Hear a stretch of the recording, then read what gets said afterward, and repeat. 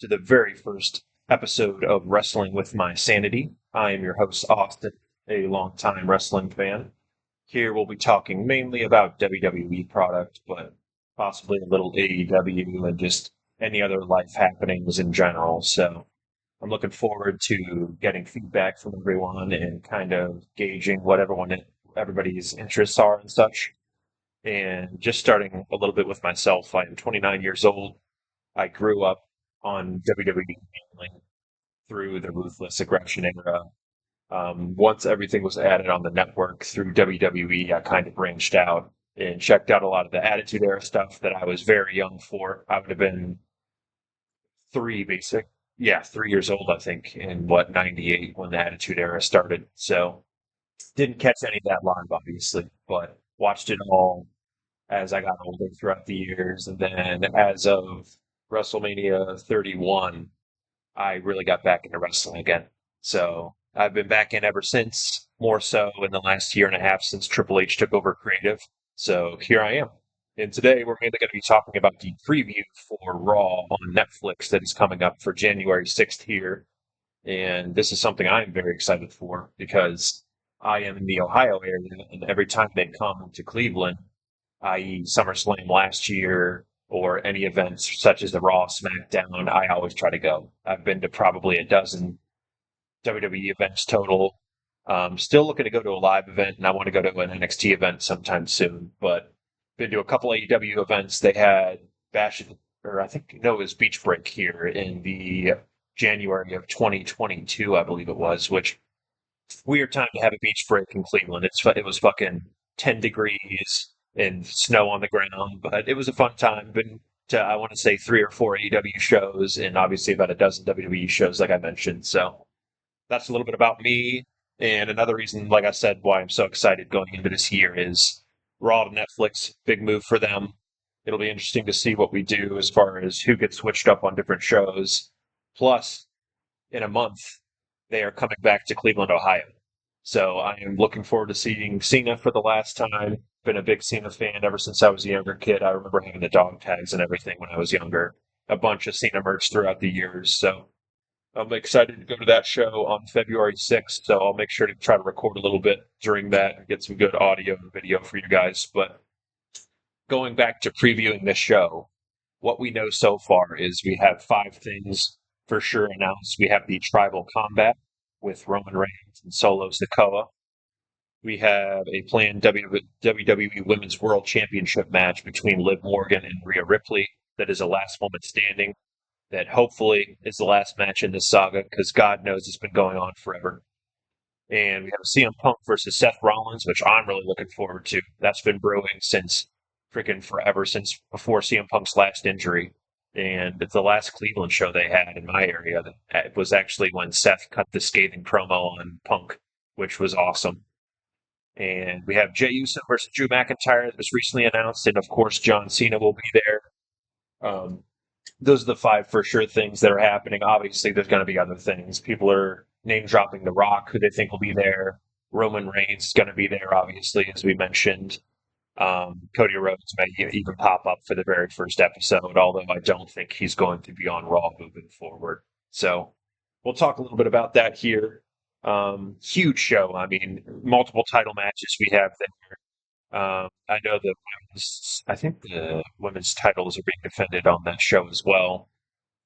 And it's going to be interesting to see what they do kind of going into the new year. With the tribal combat, you don't really know which way that's going to go. Solo's been losing a lot lately, so I wouldn't be surprised if Solo wins, i.e., some kind of Dwayne The Rock Johnson interference, if that's the route they're going to go for Mania. If it's going to end up being Roman Rock, we don't know.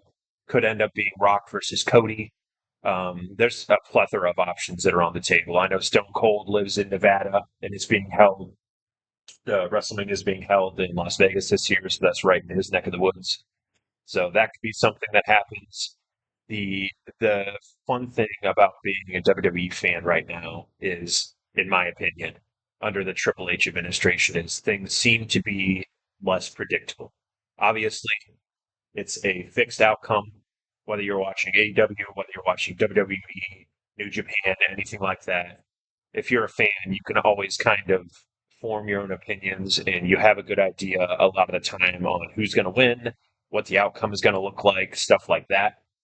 But in the gray area there, I think he's done a very good job in his short time of taking over head of creative, of kind of turning things on their head and doing things that aren't expected.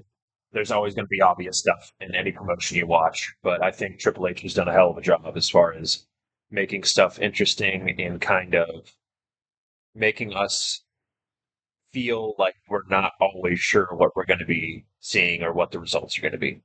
And I'm looking forward to seeing that on this January 6th episode of Raw. The tribal combat, like I said, I think Solo Sikoa is going to come out on top, barring some kind of absolute chicanery on that side.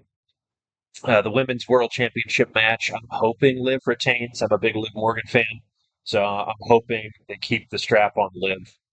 I love Rhea. I know online there's been quite a bit of complaining recently about her just coming out and being super Cena of years past. Every time Liv and the Judgment Day are out there, this is my brutality. The music hits and she comes running down and just obliterates Raquel, Liv, and everybody, which I get.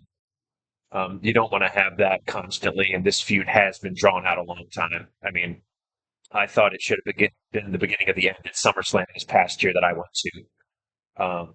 Great show, by the way, but I think this feud needs to wrap up. If they are going to drag it out to Mania, I don't know how you make this feud more interesting and get it white hot for WrestleMania in April, because you got to introduce something else, whether it's a new interesting member of the Judgment Day, or maybe there's a turn in there. I don't know. Or maybe you do something to spice up Rhea's character because I love Rhea Ripley. I love Liv Morgan, but recently Rhea Ripley has been on that kind of okay, she's untouchable tear, which I get. I mean, Rhea Ripley's a fucking superstar. I wouldn't be surprised if she goes on and in 3 to 5 years becomes a major Hollywood actress because she has the look, she has the charisma, she's got everything. So you're not gonna hear me talk bad about Rhea Ripley often on this show. Next match, CM Punk versus Seth Rollins. This is definitely, I think, barring CM Punk getting paired with Steve Austin or something like that, I think this could be another WrestleMania match that happens down the line. But I don't know what you do here. I mean, maybe you give this to Punk, and then if they do have a match where Seth Rollins finally gets his WrestleMania main event, Rollins gets his win back in April. But if not, maybe you have some kind of nonsense happen here where I mean, it's going to piss off people at the show, but you have some kind of double count out or you have some disqualification. That seems to be the route they do on a lot of Monday Night Raw shows, but we'll see what they do. I mean, there's this card is going to be stacked from top to bottom, so if they do a count out or something, they're going to come back the next segment and do something that's going to get the fans hyped up again. So I'm not super worried about that. And the next match we have is Jey Uso versus Drew McIntyre. This is fine. This will be a good match. This seems like something that is a standard Raw match, let's say. Jey Uso versus Drew McIntyre. It could go either way. I'm going to say Drew McIntyre wins just because he just came back a few weeks ago. Jey Uso's been white hot recently. Number one merch seller in the company for a few weeks now. Um, but I mean, I don't think he's going to be hurt by taking the loss to Drew McIntyre. So that's how that's going to go.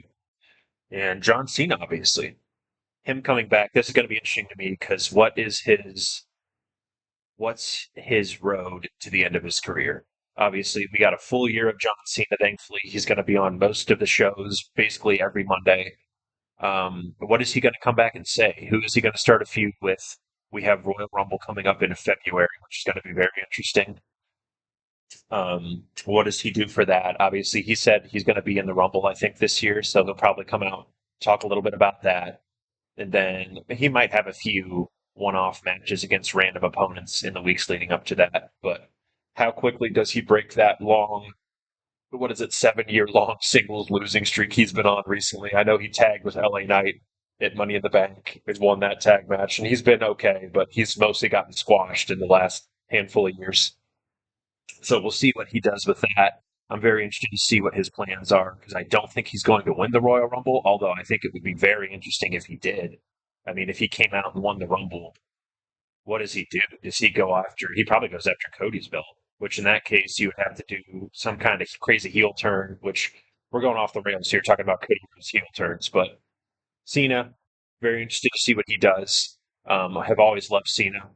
Liked Cena a lot better, obviously, when I was younger and he wasn't the PG Cena doing all the corny promos and stuff like that. But John Cena's a legend at the end of the day. I mean, I grew up with him when he had the spinner belt and was feuding with Edge, Randy Orton, and all these guys.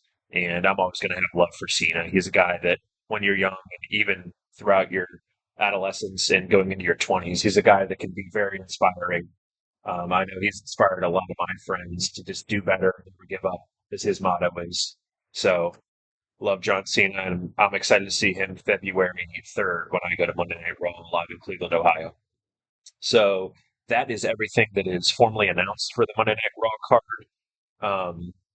Other things that could possibly happen. I mean, we have people that we haven't seen in a minute. I know LA Knight teased that he's going to be going to Raw. I wouldn't be surprised if he pops up. He always gets a big reaction. He pops up, give him a 5 minute promo, let him kind of ramble off, and then get into a feud there with somebody. He kind of ran out of people to feud with on SmackDown, so we'll see what they do with him on Raw. I wouldn't even mind him getting a world title shot at some point, but he might pop up.